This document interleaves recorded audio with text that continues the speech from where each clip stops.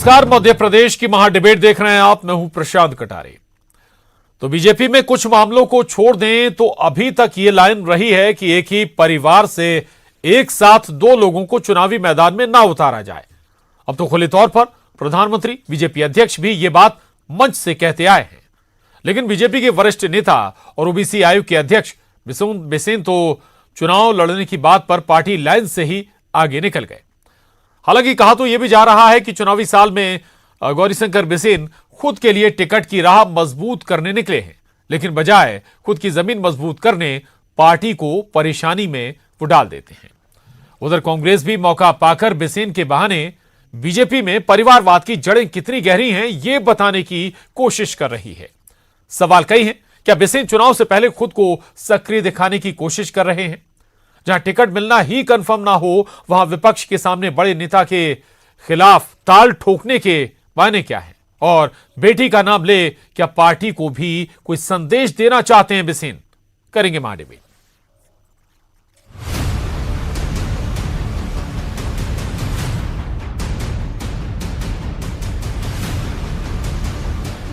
पूर्व मंत्री गौरीशंकर बिसेन और विवाद दोनों का चोली दामन का साथ रहा है। अक्सर अपनी पार्टी को भी परेशानी में डालते आए हैं बिसेन। पहले बालाघाट आरटीओ को गाली देने का मामला हो या अब खुद के पीसीसी चीफ कमलनाथ के खिलाफ और बेटी को बालाघाट से चुनाव लड़ने की घोषणा हो।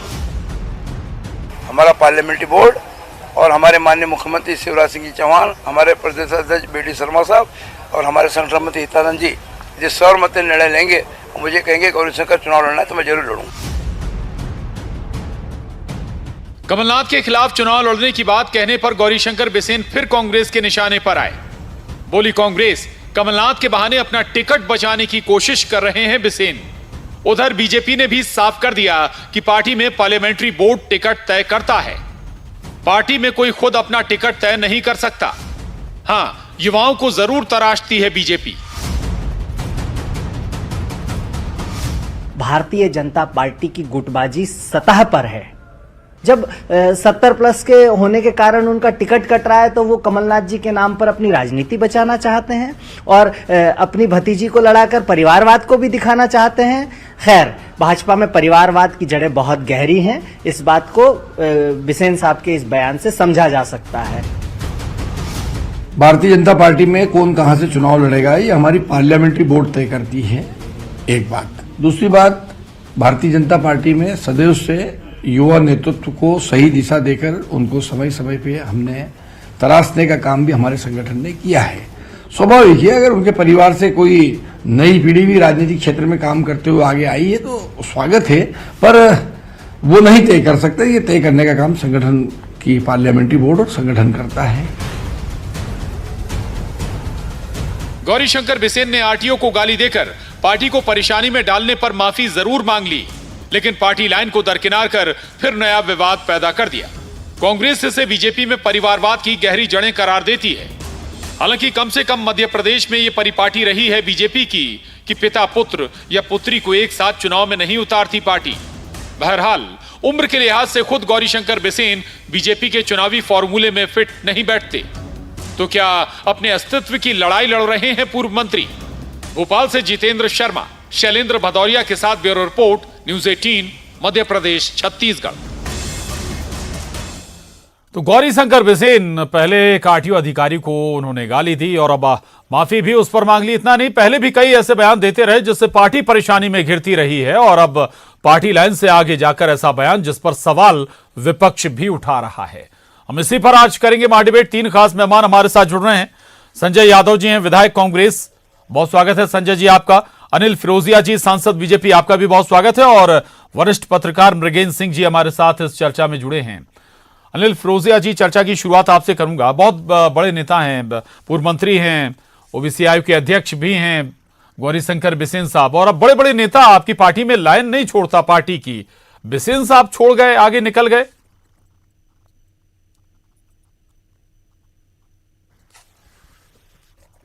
हमारे यहाँ जो भी निर्णय होता है जी, वो संगठन निर्णय होता है, सामूहिक निर्णय होते हैं।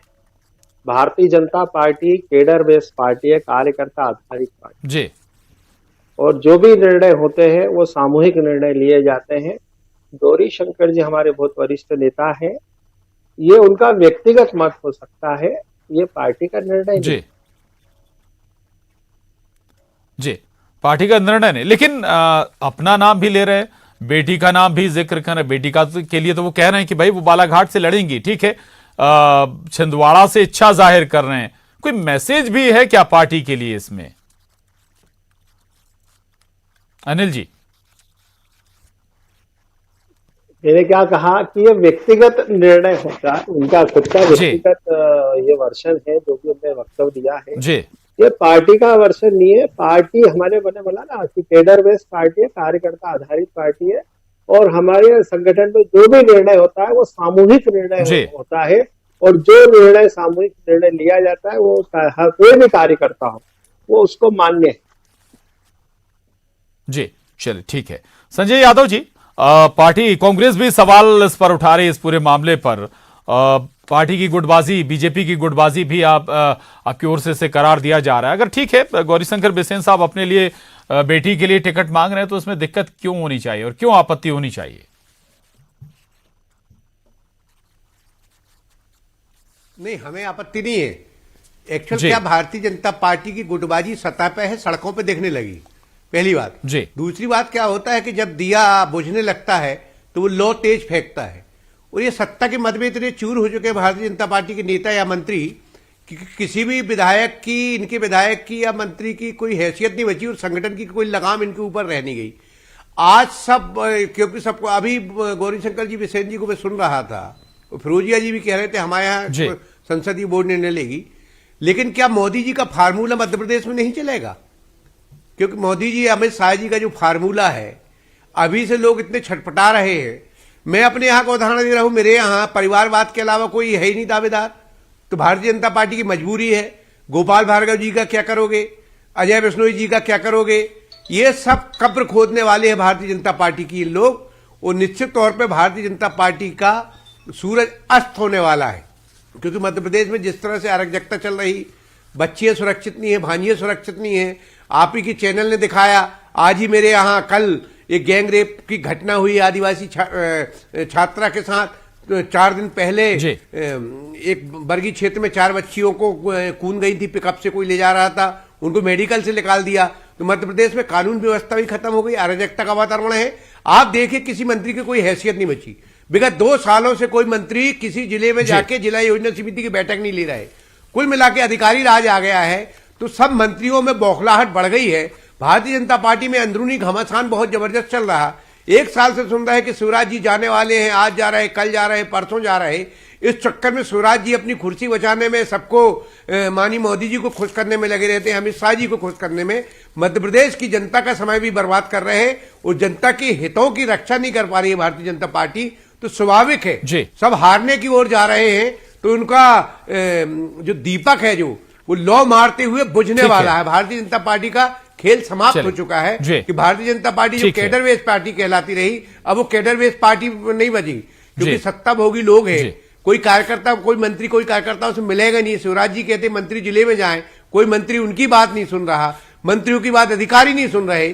तो कुल मिला के मध्य प्रदेश में अराजकता का वातावरण है, और ये सरकार की उल्टी गिनती शुरू हो गई। ठीक है, संजय जी कहते हैं कि न केवल गौरीशंकर बिसेन बल्कि बीजेपी का दिया भी बुझने वाला है। इस पर मैं रिएक्शन जरूर लूंगा अनिल जी से, लेकिन उससे पहले मैं मृगेन जी के पास जाऊंगा। मृगेन जी, जहां टिकट मिलना ही कंफर्म ना हो, गौरीशंकर बिसेन जी की बात कर रहा हूं, वहां आप विपक्ष के सबसे बड़े नेता के खिलाफ ताल ठोकने की बात कर रहे हैं। कोई विशेष मैसेज भी मिलता है क्या, या फिर लग रहा है कि भाई इनके बहाने अपना टिकट ही मजबूत हो जाएगा या कंफर्म हो जाएगा?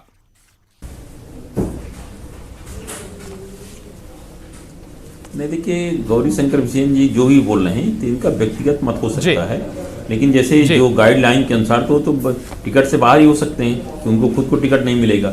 वो पहले घोषणा भी कर चुके हैं। गृह मंत्री जी बंगले में उन्होंने मीडिया के सामने घोषणा की थी कि इस बार चुनाव लड़ेगी उनकी बेटी सुश्री मौसमी बिसेन जी को टिकट दे पार्टी और चुनाव लड़ेगी।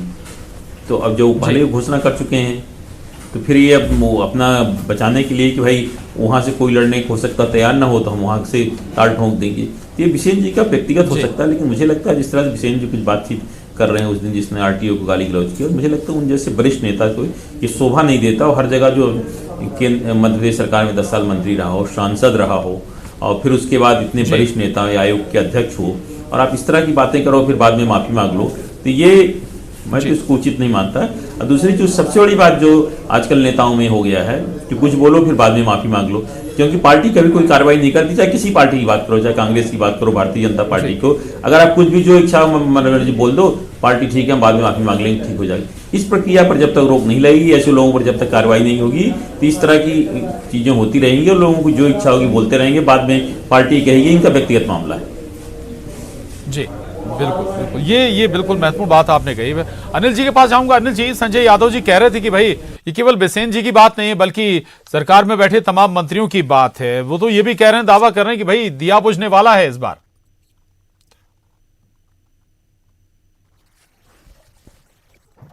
मैं आपके माध्यम से यादव जी से ये कहना चाहता हूं कि उनको तो भविष्यवाणी वक्ता होना चाहिए।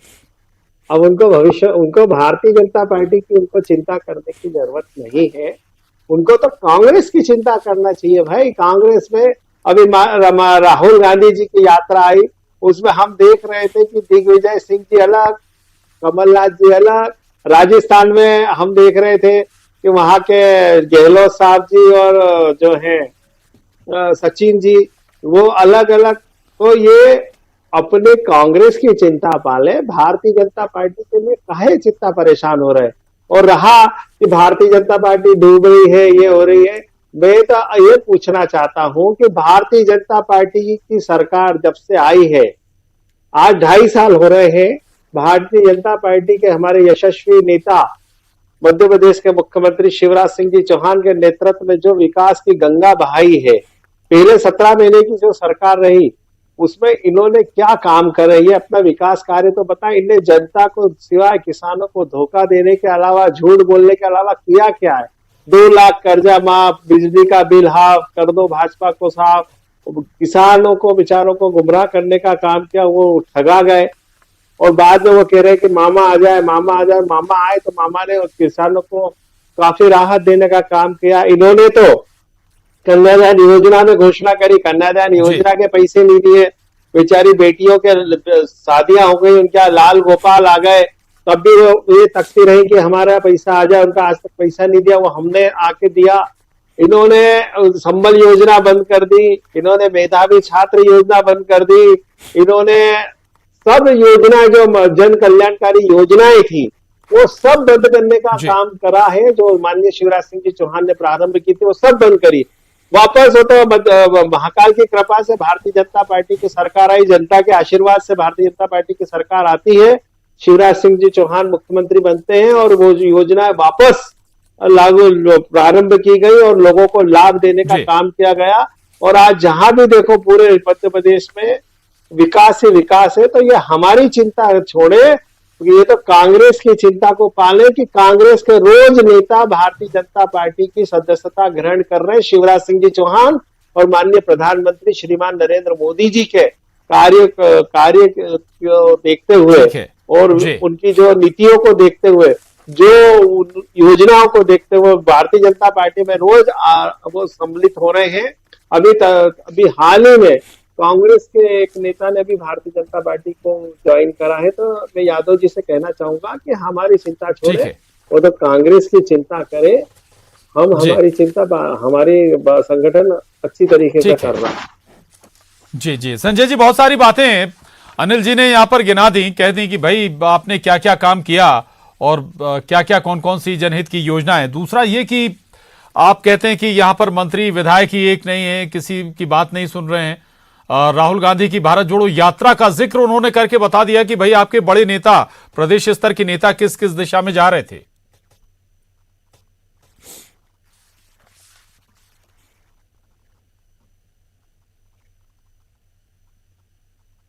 का भाव है कि 300 से पेंशन 600 हुई, बिजली का बिल 150 रुपए आता रहा, आज करंट मार रहा, गौशाला बनाने का काम हमने किया। इनके प्रश्न के जवाब में है इनकी सरकार का कि 28 लाख किसानों का कर्जा माफ हुआ। ये हमें इनको सफाई देने की जरूरत नहीं है, ये तो हम जनता में बता रहे हो। जनता इनसे हिसाब मांगेगी कि किस तरह से आज मध्य प्रदेश में भय, आतंक का वातावरण है, भय का माहौल है, महिलाएं बच्चे सुरक्षित नहीं है। इनसे पूछे फिरोजी जी से कि किस तरह से आदिवासियों के ऊपर अत्याचार हो रहा है पूरे मध्य प्रदेश में। वो मामा अपनी सरकार बचाने में लगे। और मैं आपके माध्यम से फिरोजिया जी से पूछना चाहता हूं कि आपके जिले में 2 साल से जिला योजना समिति की कितनी बैठकें हुई? क्या एक भी बैठक हुई क्या जिला योजना समिति की? विगत 2 वर्षों से जिला योजना समिति की किसी जिले में कोई बैठक नहीं हुई। जब हम लोग बात करते हैं, मांग करते हैं कि भाई बैठक कीजिए, लोगों की छोटी छोटी समस्याएं हैं, अराजकता का वातावरण है, तो मंत्रियों का कहना है कि हम लोगों की कोई सुन ही नहीं रहा, तो हम लोग क्या, क्योंकि one man show Shivraj ji है। सबको मालूम है कि शिवराज जी को भारतीय जनता पार्टी 1.5 साल से मतलब कह रही कि हटाएंगे हटाएंगे, और एक तरफ कहती कि हम चेहरा नहीं लाएंगे। अगर मुख्यमंत्री शिवराज जी इतने अच्छे हैं तो हटाने की बात क्यों चलती है और उनको घोषित क्यों नहीं करते अगली पारी में मुख्यमंत्री? अगर हिम्मत है भारतीय जनता पार्टी की तो शिवराज जी को चलिए इस पर फिर हम कभी चर्चा कर लेंगे। उधार लेके लोगों को तगरी करवा रहे हैं, इस पर हम फिर कभी चर्चा कर लेंगे। जी पैदा किया नहीं जी, आपने नेतृत्व पैदा किया नहीं जी, युवाओं को मौका दिया नहीं। अनिल जी, इस पर जरूर बता दीजिएगा कि भाई जिलों में बैठकें क्यों नहीं हो रही, जो प्रभारी मंत्री हैं या फिर जी लोगों की समस्याएं क्यों नहीं सुनी जा रही? अनिल जी,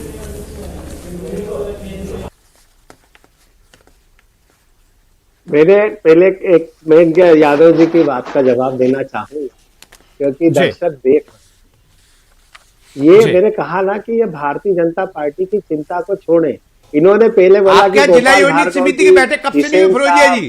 और भी नेताओं के नाम गिना कि इनके बच्चों का। मेरा 1 मिनट यादव जी, आपको मैंने शांति से सुना, आप भी मुझे बड़े शांति से सुने, मेरा उत्तर लेते नहीं। पहले आप बताइए जिला योजना समिति की बैठक कब से नहीं हुई? कमलनाथ सरकार में 2.5 साल से एक बैठक बता दीजिए आप। बात तो सुनिए, मैं वो भी आ रहा हूँ। पहले आप बताइए आ रहा हूँ की बैठक कब से? कमलनाथ जी चाहते हैं कि नकुलनाथ जी स्थापित हो और नकुलनाथ जी को भावी मुख्यमंत्री को चाहते हैं। नहीं, मेरी बात सुनिए। चाहते हैं कि उनके बेटे जयवर्धन जी, वो जयवर्धन जी को स्थापित करना चाहते हैं। तो ये जो पुत्र मोह है, आप ये तो अलग ही दिख रहा है, और पुत्र मोह के कारण आप परिवारवाद से आते हैं कि नहीं? आप परिवारवाद से आते हैं कि नहीं? सिंधिया जी परिवारवाद से आते हैं कि नहीं? एक बात सुनो, पंकज सिंह परिवारवाद से आते हैं कि नहीं? बिल्कुल। दुष्यंत सिंह परिवारवाद से आते हैं कि नहीं? ये क्रिकेट बोर्ड के अध्यक्ष अमित शाह जी की लड़के हैं कि नहीं? ऐसा है कि परिवारवाद आप में ज्यादा कि हम में? का जवाब दे रहा हूँ। तो खानदानी लोग हैं, तुम लोग की बात है, कुछ भी नहीं थे उसके बाद हमारे इसमें नहीं है। आप लोगों में परिवार ज्यादा है, और ये आप देखो हमारे तो प्रधानमंत्री जी लगे, हमारे यहाँ तो हमारे अध्यक्ष को देखो, भारतीय जनता पार्टी में नहीं है। देखो श्यामा प्रसाद मुखर्जी, परिवारवाद के हैं कि नहीं? अटल बिहारी वाजपेयी जी, पहला आप मेरी बात सुनो, अटल बिहारी वाजपेयी जी हुए, लाल कृष्ण आडवाणी जी हुए, पहला जी उजालन सिंह जी क्या है? अभी पहला जी उजालन सिंह जी क्या है? उमा भारती जी के भतीजे विधायक है कि नहीं? एक ही परिवार को लेकर उमा जी की इसी मध्य प्रदेश में उमा जी के भतीजे विधायक है कि नहीं? विधायक है कि नहीं? इतना बड़ा उदाहरण कहाँ मिलेगा? हेगड़े जी को भी क्यों लेके आए भाई? इतना बड़ा उदाहरण कहाँ मिलेगा? आप सुने भी एक दूसरे की परिवारवाद की कितनी है मध्य प्रदेश भारतीय जनता पार्टी की? कैलाश विजयवर्गीय के माननीय मोहन जी कौन है? जवाब ले लें, फिर मैं आपके पास आता हूं। विधायक थे कि नहीं? आपके राज्य जो महाराज देवास वाली वो कौन है? भारतीय जनता पार्टी में 50 तो मध्य प्रदेश में परिवारवाद के लोग। राजीव गांधी तो फिरोजिया जी आपके यहाँ तो परिवार कूट के भरा है। ये परिवारवाद आपके यहाँ है भाई। आप अपनी बात कीजिए कि आपके यहाँ परिवारवाद है। व्यक्तिगत ठीक है, बताओ। हमारी चिंता छोड़िए, व्यक्तिगत यात्रा निकालिए जी। नहीं, पार्टी की बात करें आप दोनों, ठीक है। मैं आऊंगा मृगेन जी के पास जा रहा हूं। संजय जी, अनिल जी, मैं मृगेन जी के पास जा रहा हूं। मृगेन जी, मैं थोड़ा सा आगे बढ़ते हैं ब्रसेन जी से। जो जिक्र हो रहा था, चर्चा हो रही थी कि बीजेपी में कसक है, तो जाहिर है कि कोई भी सियासी दल हो, जब चुनाव आता है तो ऐसी चिंताएं तो विधायकों को, मंत्रियों को, या सत्ता दल है तो फिर मंत्रियों को भी होगी। वाकई में ऐसा कुछ नजर आता है। और एक बार बीजेपी में जो होता है कि भाई 74 साल से ऊपर के लोगों को टिकट नहीं देना है, वो भी एक चिंता का सबब होगा लोगों में।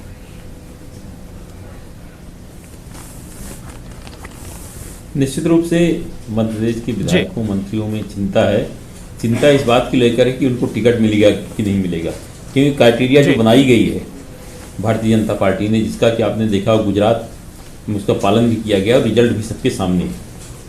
तो अगर वो स्थिति के से यहाँ के विधायक काफ़ी चिंतित है कि कहीं ऐसा ना हो कि गुजरात जैसे यहाँ नया कुछ लागू कर दिया है, तो भारतीय जनता पार्टी जो तय करती है कोई एक राज्य के लिए नहीं करती, फिर पूरे जो भी राज्य हैं उनके शासित उनमें सब जगह लागू करती है। इसलिए विधायकों की सांसदों की चिंता बढ़ना स्वाभाविक है और उनको चिंता करना भी चाहिए। भविष्य उनका क्या होगा, उनके अगर मान लीजिए उनको टिकट नहीं मिला, वो 70 साल से ऊपर हो गए, 74 साल से ऊपर हो गए, तो उनके बेटे को देंगे कि नहीं, क्योंकि पहली बारी कह चुकी पार्टी की परिवारवाद भाजपा में नहीं चलेगा। ये सब बहुत सारी चीज़ें हैं जिससे निश्चित रूप से भारतीय जनता पार्टी के जो वर्तमान विधायक हैं, जो मंत्री लोग गण हैं या और लोग हैं लगातार जो कि चुनाव में के मैदान में उतर रहे हैं, जीत रहे हैं, तो इन लोगों को चिंता होना स्वाभाविक है, चिंता है। जी ठीक है। अनिल जी, परिवारवाद का जिक्र कर रहे थे, इससे पहले संजय जी भी, आप भी बात कर रहे थे। ऐसा नहीं है क्या कि बीजेपी में क्या बिल्कुल परिवारवाद नहीं है क्या भाई? क्या अब टिकट नहीं मिलता क्या? अगर कोई सदस्य पहले से बीजेपी में चुनावी राजनीति में है तो भाई बहुत सारे उदाहरण हैं बीजेपी में भी। अनिल जी,